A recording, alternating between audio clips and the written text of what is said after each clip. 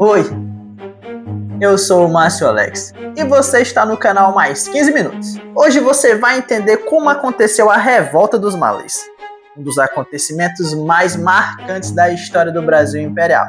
Você vai descobrir quem eram os malês e por que eles decidiram pegar em armas, como foi o plano organizado, o que aconteceu na madrugada da revolta e quais foram as consequências desse episódio. Então, meu amigo, já deixa o like aqui, se inscreve no canal e vamos direto ao assunto. Quando pensamos na escravidão no Brasil, muita gente imagina que os africanos escravizados aceitavam aquela realidade sem reagir. Mas isso está muito longe da verdade. Ao longo da história, milhares de pessoas resistiram de diferentes maneiras. Algumas fugiam, outras criavam quilombos, outras preservavam suas tradições e sua religião. E houve também aqueles que decidiram organizar uma grande revolta. E foi exatamente isso que aconteceu em Salvador, na Bahia, em janeiro de 1835. A Revolta dos Malês foi organizada principalmente por africanos muçulmanos escravizados e libertos que desejavam acabar com a opressão que enfrentavam diariamente. Mas antes de entender a revolta, precisamos responder uma pergunta muito importante. Afinal, quem eram os malês? A palavra malê vem do termo Yorubá e Male, usado para designar os seguidores do Islã. Grande parte desses homens havia nascido na África Ocidental, em regiões que atualmente fazem parte da Nigéria, Benin e áreas vizinhas. Muitos pertenciam aos povos Nagôs, Hausás e outros grupos africanos que já conheciam o islamismo, antes mesmo de serem capturados. Na África, vários deles sabiam ler e escrever em árabe, estudavam o Alcorão e possuíam conhecimentos religiosos bastante avançados. Isso significa que muitos eram alfabetizados numa época em que grande parte da população brasileira não sabia ler e nem escrever.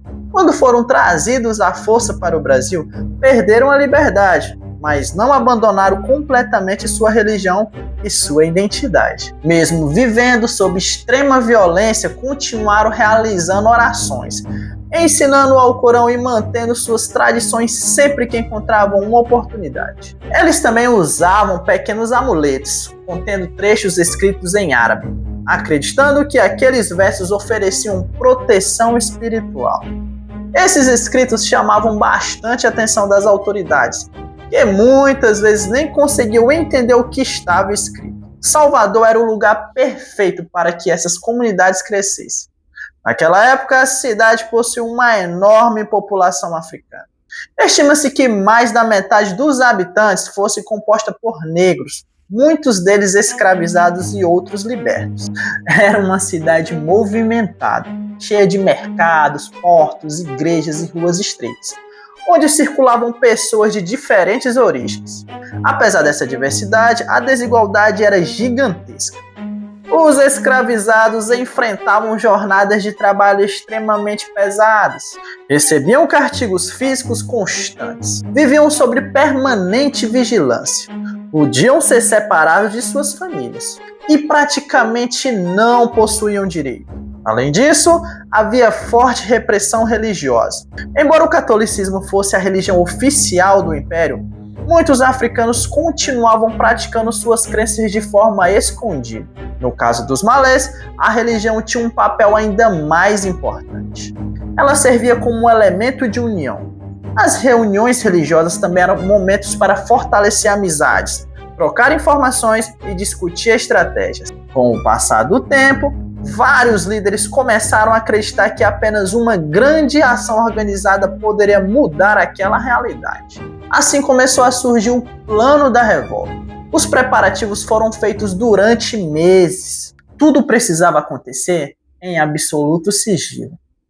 Os participantes se reuniam discretamente em casas de africanos libertos. Conversavam durante a noite, escreviam mensagens em árabe, definiam funções para cada participante, escolhiam os locais por onde passariam e planejavam o ataque. Entre os principais líderes estavam nomes como Pacífico Licutã, um importante mestre religioso, Haruna Manuel Calafete, Eslebão do Carmo, conhecido como Dandará, e diversos outros africanos envolvidos na organização. Muitos dos participantes eram alfaiates, carregadores, vendedores, ambulantes ou trabalhadores urbanos. Outros ainda permaneciam escravizados. O grupo acreditava que derrotando rapidamente as forças da cidade, conseguiriam libertar centenas de africanos e ampliar o movimento. O objetivo principal era conquistar a liberdade. Mas havia também um desejo muito forte de proteger sua religião e acabar com a perseguição que sofriam. Os revoltosos confeccionaram roupas especiais para usar durante a batalha. Vestiam túnicas brancas. Alguns carregavam inscrições religiosas costuradas nas roupas. Outros levavam amuletos como versos do Alcorão. Eles acreditavam que Deus os protegia durante o combate. As armas disponíveis eram simples: espadas, facões, lanças, algumas poucas armas de fogo. Como adquirir armamento era extremamente difícil, a maioria teria que enfrentar soldados armados apenas com armas brancas. Mesmo assim, estavam determinados. A data escolhida foi a madrugada de 25 de janeiro de 1835. A escolha não foi por acaso. A expectativa era aproveitar um momento em que parte das autoridades estivesse ocupada com as festividades religiosas da cidade. O plano previa ataques rápidos para dominar pontos estratégicos de Salvador. Depois disso, pretendiam libertar outros escravizados e aumentar o número de combatentes. Mas nem tudo isso saiu como planejado. Poucas horas antes da revolta começar, uma informação chegou às autoridades. Existem diferentes relatos sobre como isso aconteceu. Uma das versões mais conhecidas afirma que uma mulher revelou detalhes da conspiração, permitindo que a polícia começasse imediatamente uma operação para localizar os envolvidos.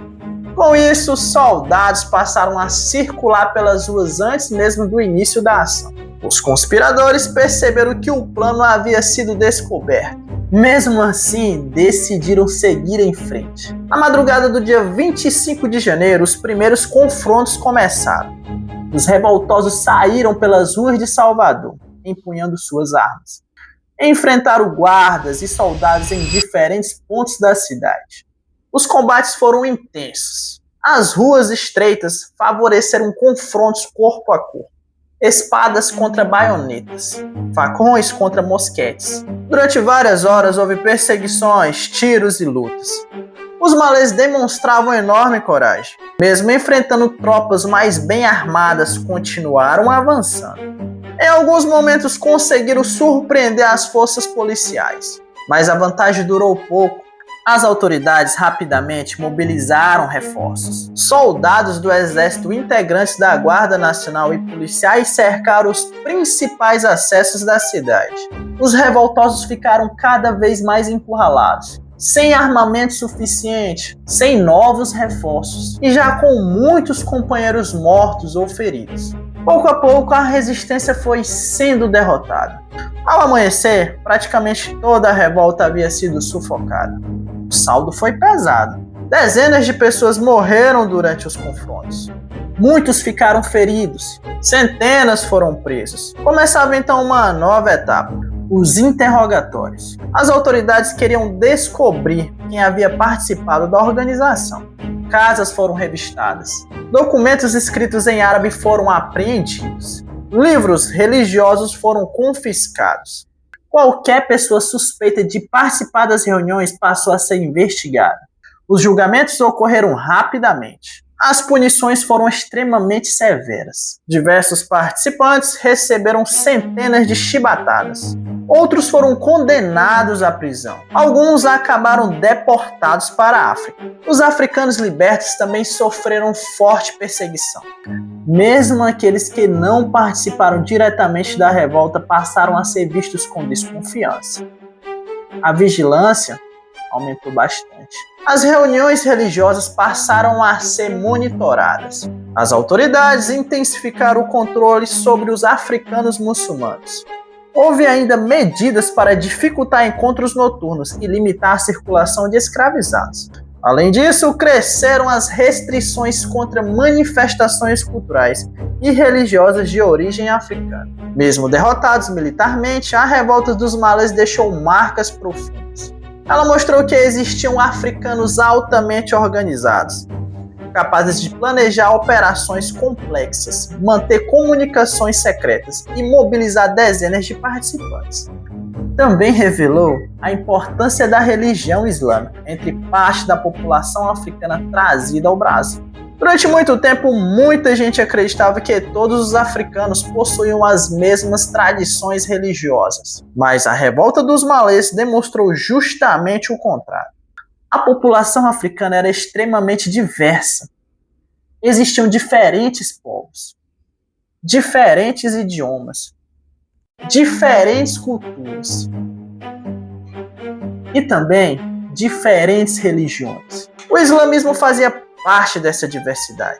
Outro aspecto importante foi o nível de organização dos participantes. Muitos sabiam escrever em árabe, produziam documentos, elaboravam listas, registravam informações.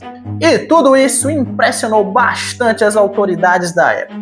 Os registros históricos preservaram diversos manuscritos encontrados após a revolta. Hoje esses documentos ajudam pesquisadores a entender melhor como aqueles homens pensavam, se organizavam e mantinham viva sua fé mesmo vivendo sobre a escravidão.